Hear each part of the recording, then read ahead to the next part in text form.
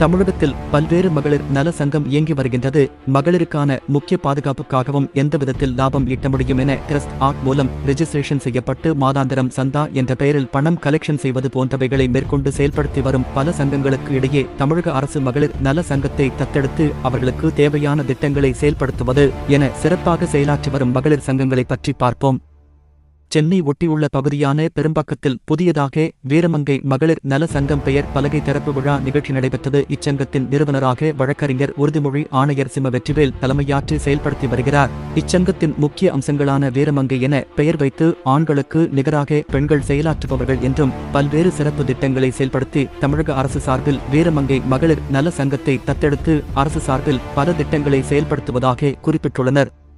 இதைத் தொடர்ந்து செம்மஞ்சேரி கண்ணகி நகர், எழில் நகர், பெரும்பாக்கம் ஆகிய பகுதிகளில் வீரமங்கை மகளிர் நல சங்கம் 6வது கிளையாக தொடங்கி 1000க்கும் மேற்பட்ட மகளிர்கள் உறுப்பினராக இணைந்து சிறப்பாக செயலாற்றி வருவதாக குறிப்பிடுகின்றனர். இச்சங்கத்தின் திறப்பு விழாவிற்கு பெரும்பாக்கம் 12வது வார்டு உறுப்பினர் வெரோனிகா மற்றும் சங்கத்தின் மாநில தலைவர் இசைவாணி, மாநில செயலாளர் தேன்மொழி, மாநில பொருளாளர் தனசு, மாநில துணைத் தலைவர் அருணா, மாநில துணை செயலாளர் கல்பனா மற்றும் டிசம்பர் 10 மாற்றுத்திறனாளி சங்க மாநில செயலாளர் வெங்கடேசன் உள்ளிட்ட ஏராளமான நிர்வாகிகள் கலந்து கொண்டனர். இறுதியாக சங்கத்தின் நிறுவனர் வழக்கறிஞர் சிம்ம வெற்றிவேல் மகளிர்களுக்கு பல அரசு திட்டங்களை பற்றியும் மகளிருக்கான விழிப்புணர்வு பற்றியும் உரையாற்றினார்.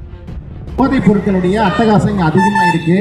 அதனால் நம்மளுடைய வீரமங்கை மகளிர் நல சங்கம் கண்டிப்பாக அந்த போதை ஒழிக்கிறதுக்காக, போதைப் பொருட்களை ஒழிக்கிறதுக்காகவும் கண்டிப்பாக செயல்படுவாங்க.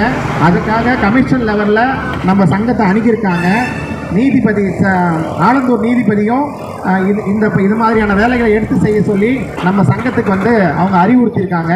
அதனால் போதைப் பொருளால் மட்டும்தான் இங்கே அதிகப்படியான குடும்பங்கள் மேலே வர முடியாமல் சீரழிஞ்சிட்டு இருக்கு.